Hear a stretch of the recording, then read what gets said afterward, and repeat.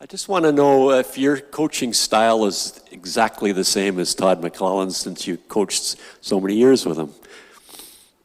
No, not in any way. When I made the decision to go down to Bakersfield to become my own head coach, it was with the intent of one day becoming an NHL head coach, and I knew right off the bat that the only way you can do that is by being yourself, bringing the qualities that you bring to the table. Now, have I learned from some of my influences? Yes, for sure. My biggest influences were my parents and my brothers, now my wife and kids, but certainly in terms of professional influences, I've had the good fortune of being around some really, really good hockey coaches, Todd being one of them. I started coaching when I was 13 years old, Matty. I was a assistant or junior instructor at the Seneca College Hockey School, which at the time produced not only a lot of really good players, but a lot of people in the hockey world came through that program. And I remember being influenced by some really good instructors. And I knew that as I got into that age of being 13, 14 years old, that I wanted to be around that program for a few reasons. One, it was a good summer job. Two, I had a passion to pass on my love of the game to the next generation of players. And number three, it had the best skate in Toronto. So as a young hockey player, I knew that I was going to be around some good players to skate in the summertime with.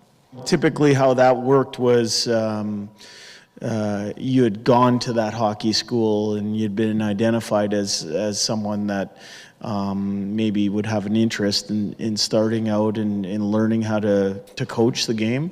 I can tell you that I still have calluses on my hands from all the skates that I tied as a young man, and that's usually where you start out in that field. Is it's an entry-level thing. You're tying skates, you're learning how to behave around older people, and learning a solid work ethic, and just kind of came up through that hockey school program of grassroots teaching the game, and I think it served me well in my own professional career. I remember when I was a young man, some of my best instructors were guys like Adam Graves, a former Oiler.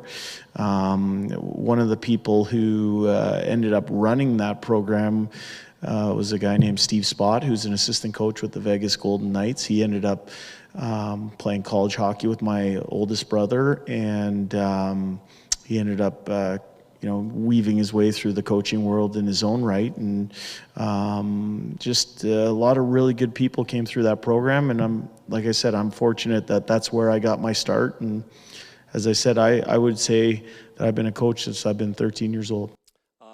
Yeah, no, Todd was probably my first coach to play in the NHL for. I was very fortunate to play for Todd. He let me grow through the ups and downs of the first few years in this league, and showed a lot of trust and helped me along the way. Him along with Jimmy Johnson and Trent Yanni when they were here too. So I was very fortunate to play for Todd, and especially as my first coach. Yeah, no, he had a lot of trust throughout the lineup, and was very clear with his messaging and systems, and that's why we had the success that we had that year when we moved into this building. And like I said, I was really fortunate to have spent some time playing for him. He's had a lot of success in the NHL, and it was like I said, I was just fortunate to play for him early on, and congrats to him on all the success and many more games ahead for him.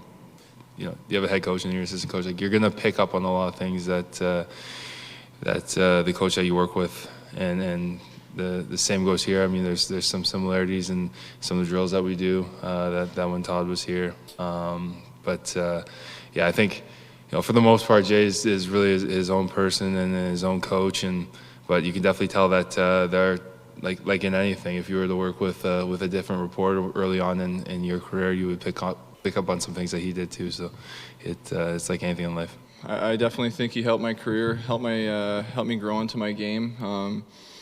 He kind of hounded on my two-way game for sure, and then Also, kind of once I started to play a little more defensively, he said, be a little more free, try to open up a little bit more. Use your offensive instincts again, and he really helped me out in that sense. And obviously, 1,000 games in the NHL is a big accomplishment. So definitely happy for him. We had some great years together, and obviously that one run that was a lot of fun. So it'd be good to see him tomorrow. I just think the way he handles the room. He's got a presence about him for sure, and when he's talking, everybody's listening, everybody's paying attention, and he really understands the game well. And I think when he first came in, structure was something that we needed to improve on, and he really dialed us into that and took our game to another level. I think they have similar coaching styles. Definitely it's structure first, and everybody's playing together. Everybody's on the same page. I think a big thing for both of them is there's no gray areas with the details, and I think that goes a long way as a player. You want everything to be black and white. You want to know in every situation what's expected of you, and then you can just kind of play from there. And both of them kind of have that mentality and that same mindset. So it goes a long way for the players that they're coaching, and like I said, I think that's kind of something that they would have similar.